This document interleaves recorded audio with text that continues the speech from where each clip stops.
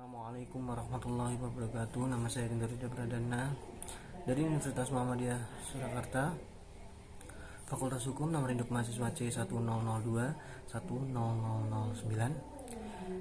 Di sini saya akan memberikan video tentang bagaimana cara mengurus jenazah dari memandikannya sampai menguburkannya.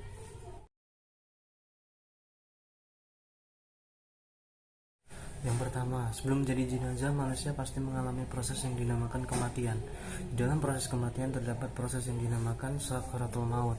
Kita sebagai wali dari orang yang akan meninggal diperintahkan untuk menuntun dan membantu proses sakaratul maut dari orang yang akan meninggal tersebut dengan cara membantunya dan menuntunnya di dalam mengucapkan kalimat syahadat la ilaha illallah Muhammadan abduhu wa rasuluh agar meninggal dalam keadaan husnul khotimah.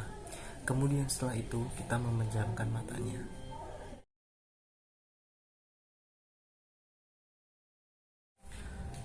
Tahap selanjutnya adalah memandikan seorang jenazah.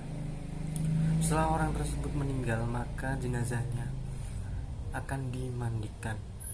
Kemudian di dalam Islam, ketentuan orang yang memandikan jenazah tersebut sudah diatur.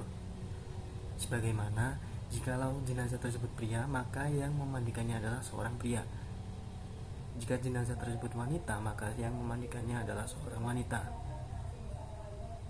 Kemudian jika jenazah tersebut memiliki istri, maka istri tersebut boleh memandikan jenazah suaminya.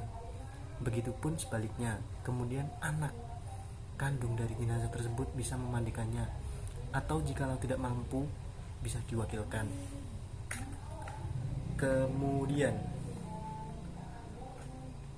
untuk memandikan jenazah, langkah-langkahnya sebagai berikut. Yang pertama, meletakkan jenazah dengan posisi kepala agak lebih tinggi. Kemudian orang yang memandikan jenazah tersebut hendaknya atau disarankan memakai sarung tangan yang terbuat dari plastik, dan disarankan dan diperbolehkan. Kemudian ambil kain penutup dari jenazah dan ganti dengan kain basahan agar auratnya tidak terlihat. Yang keempat, setelah itu bersihkan dengan menggosok lembut giginya, lubang hidung, lubang telinga, celah ketiak, celah jari, dan kaki serta rambutnya. Kemudian bersihkan kotoran jenazah, baik dari dubur maupun kubul, atau dari lubang kemaluan maupun dari lubang anus, dengan cara tekan perutnya perlahan-lahan supaya kotoran yang ada di dalamnya itu keluar. Kemudian siram seluruh anggota badan jenazah dengan air sabun.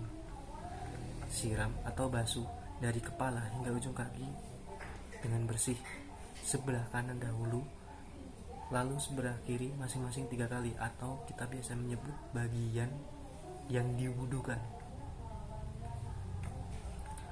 Kemudian miringkan jenazah ke kiri, basuh lambung jenazah sebelah belakang. Kemudian sebaliknya, piringkan jenazah ke kanan, kemudian basuh lambungnya ke sebelah belakang.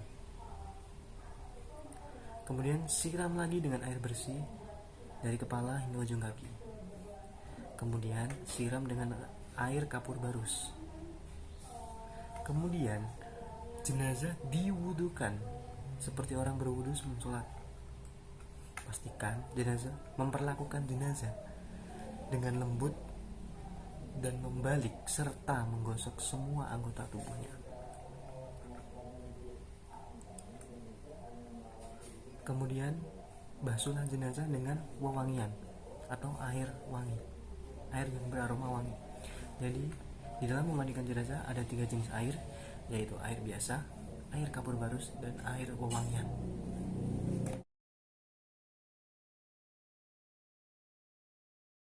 Kemudian setelah dimandikan, jenazah akan dikafani dengan ketentuan. Untuk jenazah pria dikafani dengan 3 lapis kain kafan, dan untuk jenazah wanita dikafani dengan 5 lapis kain kafan.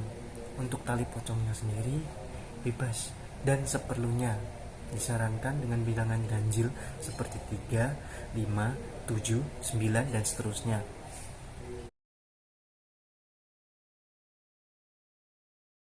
Kemudian setelah dikafani, jenazah harus segera disolatkan. Untuk prosesi sholat jenazah saya akan jelaskan. Yang pertama, niatnya terlebih dahulu. Niat sholat jenazah untuk jenazah pria adalah sebagai berikut. Usolli ala hazihil mayyiti lillahi ta'ala. Kemudian untuk jenazah wanita yaitu usolli ala hazihil mayyitati lillahi ta'ala. Jadi perbedaannya terdapat di mayyiti dan mayyitati. Kemudian takbiratul ihram atau takbir pertama. Setelah takbir pertama kita membaca surat Al-Fatihah dengan membaca ta'awudz dahulu. Jadi a'udzubillahi minasyaitonirrajim dilanjutkan dengan bacaan surat Al-Fatihah. Kemudian setelah membaca surat Al-Fatihah kita lanjut ke takbir kedua, membaca sholawat Nabi, yaitu Allahumma sholli ala Muhammad wa ala ali Muhammad, atau yang lebih lengkapnya lagi Allahumma sholli ala Muhammadi wa ala ali Muhammadi kama sholaita ala Ibrahim wa ala ali Ibrahim wa barik ala Muhammad wa ala ali Muhammad kama barakta ala Ibrahim wa ala ali Ibrahim fil alamina innaka Hamidum Majid. Kemudian dilanjutkan dengan takbir ketiga. Takbir ketiga bacaan, setelah takbir ketiga bacaannya yaitu Allahumma firlahu warhamhu wa'afini wa'fu anhu wa akrim nuzulahu wa ashi makholahu waghsilu bima'in wa saljin wa baradin wa barobin wa naqihi minal khotoya ya kama yunaqid saubul abyadu minat danas wa abdil hudaron khairan min dorihi wa ahlan khairan min ahlihi wa zaujan khairan min zaujihi wa qihi fitnatal qabri wa adzaban nar. Itu untuk jenazah pria. Sedangkan perbedaannya dengan jenazah wanita hanya di jenazah wanita diganti dengan Allahumma firlaha warhamha wa'afiha wa'fu anha. Itu saja. Jadi yang hu tadi diganti ha. Kemudian dilanjutkan dengan takbir keempat. Dilanjutkan dengan doa Allahumma la tahrimna ajrahu wa la taftinna ba'dah. Itu untuk pria. Dan untuk wanita Allahumma la tahrimna ajraha wa la taftinna ba'daha. Kemudian dilanjutkan dengan salam lengkap. Assalamualaikum warahmatullahi wabarakatuh.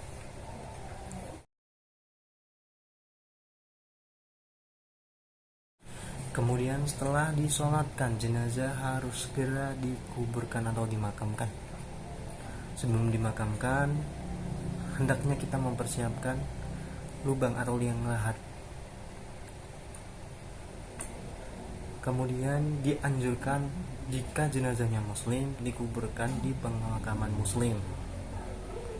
Kemudian waktu untuk menguburkan jenazah. Ada waktu yang dilarang atau diharamkan untuk menguburkan jenazah, di antaranya yaitu waktu saat matahari terbit hingga naik, waktu saat tengah hari, dan saat matahari hampir terbenam atau benar-benar terbenam. Kemudian pada saat memasuki pemakaman kita harus mengucapkan salam. Assalamualaikum ya ahlil kubur. Kemudian jikalau bisa, kita bisa melepaskan alas kaki. Kemudian menjaga etika di sana, kita tidak boleh menduduki, menginjak, dan melangkahi kuburan orang lain. Kemudian untuk tata cara menguburkan jenazah, yang pertama, meletakkan jenazah di tepi lubang liang lahat sebelah kiblat, lalu ditaruh papan kayu agak miring. Tujuannya agar jenazah tidak langsung tertimpa tanah. Jadi jenazahnya menghadap ke kiblat. Kemudian letakkan jenazah dengan memasukkan kepalanya dari arah kaki kubur atau dari posisi selatan. Posisi jenazah miring ke kanan, menghadap kiblat, dengan tubuh yang ditopang dengan batu pipih atau papan kayu. Tujuannya agar jenazah tidak terlentak. Kemudian pada saat jenazah dimasukkan ke liang kubur, dianjurkan membaca doa Bismillahi wa ala millati sunnati Rasulullah Allahumma abwabas sama'al lirruhi wa akrim nuzulahu wa washi madakhalahu wa ashilahu fi khabrihi.